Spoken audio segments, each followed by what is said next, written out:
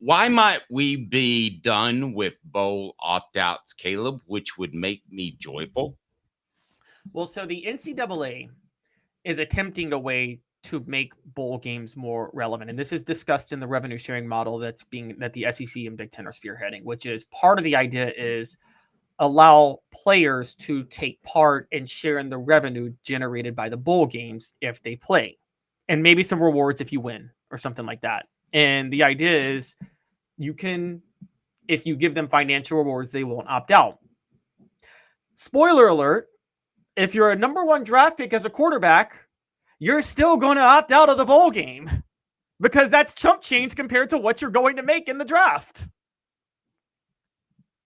Yep. So, I mean, there is no possible way that a bowl could pay out that much money that it would make a difference as far as personnel. To go a little bit deeper, do you really care if players opt out of a meaningless bowl game? Now, if a player opted out of a playoff game, I think you would agree his name would be mud in Knoxville for the rest of his life. But if it's just an old bowl game, an old Citrus Bowl, an old Outback Bowl, do you think that most fans really care if they opt out or not? No, and I've told you this as a fan of a team, I like opt outs because if you're not going to be not, I don't resent it at all because if I'm a fan of a team, if you're not going to be on my team next year, which is fine, you want to go to the NFL. I like the idea of bowl practices to get ready for next year, right? And how can I get ready for next year if a guy who's not going to be on my team is taking up the first team reps? And I mean, wasn't everybody in Knoxville happy that Joe Milton opted out of the Citrus Bowl, Dave? Everybody was happy. It helped. It was a win-win, right? It was a win for Milton. He could focus on the draft, and he couldn't hurt his draft stock.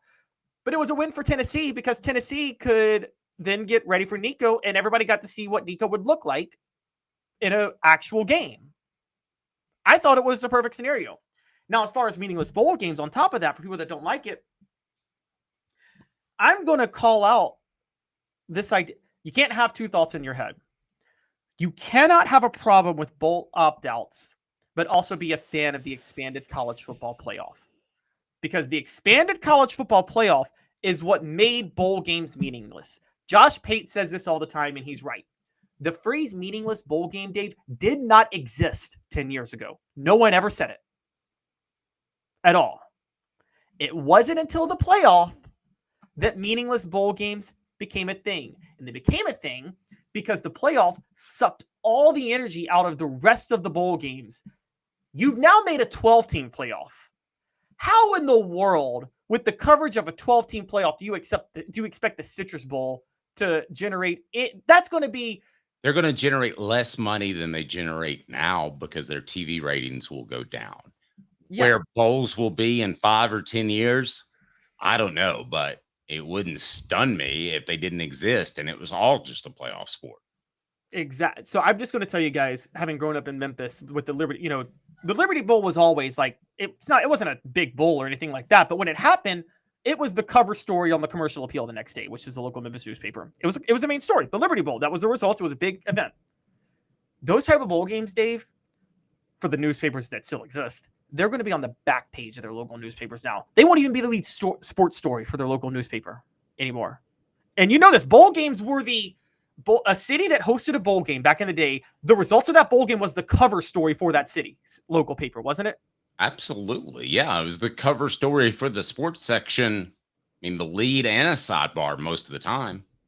Yeah. By the way, I tried to buy a Knoxville News Sentinel the other day and it was $3.21. Pass. Go ahead.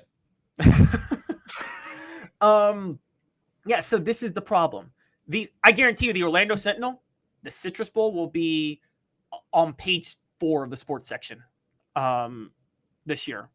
And it's totally devalued what was so the greatness of the bowl game was it brought relevance to it was a way the whole guys I'm going to shamelessly plug my history of postseasons. You and I see the bowl games such a different way. To me, special, distinguished, none of those would describe a bowl game. It is practically an exhibition game, except for the college football playoff and the BCS championship game before that. I've never thought when I went to a bowl and covered it that, boy, if they lose today, it's going to mess them up next year. If they win today, that sets a pot. It just doesn't really have an effect on the following year. Sometimes I think it's evident that the players don't think much of bowl games either. I think it has a big effect. Or did not. I think it used to. I'll give you an example.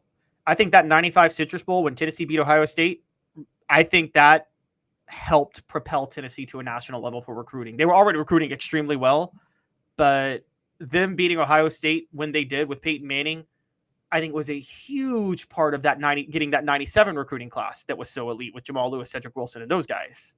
Mm-hmm. And so I think that, and there was a point of pride of, okay, I know this is weird. You're going to call me a guy who liked participation trophies. You're going to say I sound like a millennial, and maybe I do.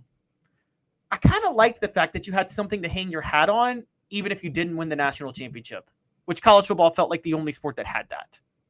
And I know that seems lame. I know it's sappy. And I called you sappy earlier for saying you play for something with the SEC championship. So I'm being a hypocrite. So I'll be the first to say it. I'm being a hypocrite right now. But I did value the SEC championship too. I'm just saying this new playoff is sucking the energy out of that. And it has totally sucked the energy out of bowl games. As a fan now of a team, you if you're a fan of a team and your team wins a bowl game and you go tell fans, hey, we won this bowl, the rest of the world will be like, oh, that's great. Let's go talk about this college football playoff. No one's going to pay you a second of attention for winning a bowl game anymore. And I think that's what I hate about college football. I love the bowls, Dave. It's something that it was January 1st was so much fun. Well, it was, but it was from a nostalgic standpoint. It wasn't from a TV rating standpoint. I mean, you and I both know the TV ratings for this college football playoff are going to far exceed what they were for the bowl games. So I was nostalgic about it. I can remember one time covering a Chick-fil-A bowl that was going to be played on, I think, the 2nd for some reason. I drove home to watch football all day from Atlanta with my wife on January the 1st because that was a special day. But when's the last time that's been a special day? They've moved them around for TV so much. It's not like the NFL owns Thanksgiving. It doesn't feel like that at all. It just feels like they're just interspersed among some meaningful NFL games. Oh, no, look, the cat's out of the bag. And it started with the college football playoff. The cat's out of the bag. And that was out of the bag 10 years ago, which is why when we're talking about these opt-outs, the real story, Dave, are the bowl games even going to have money to pay players who play? Because, I mean, I feel like most of them are going to lose money. No, that's actually my point. And are you going to, I mean, what are you going to do? Call Josh Heupel and say, which one of your players is considering leaving early and which ones do we need to give more money to? Well, I mean, is Josh Heupel going to single guys out? Is he going to say some guys are great and they're not going to play? You need to pay this guy, or some guys aren't. I mean, that puts him in a very untenable position. Are they going to wait until, like in the case with Joe Milton, where he announced it in the middle of the month? It just, to me, seems incredibly difficult to change opt-outs to meaningless bowl games. I've said it before. At the time, I hated it. Christian McCaffrey started it all. You're right, Travis. But I've said it before.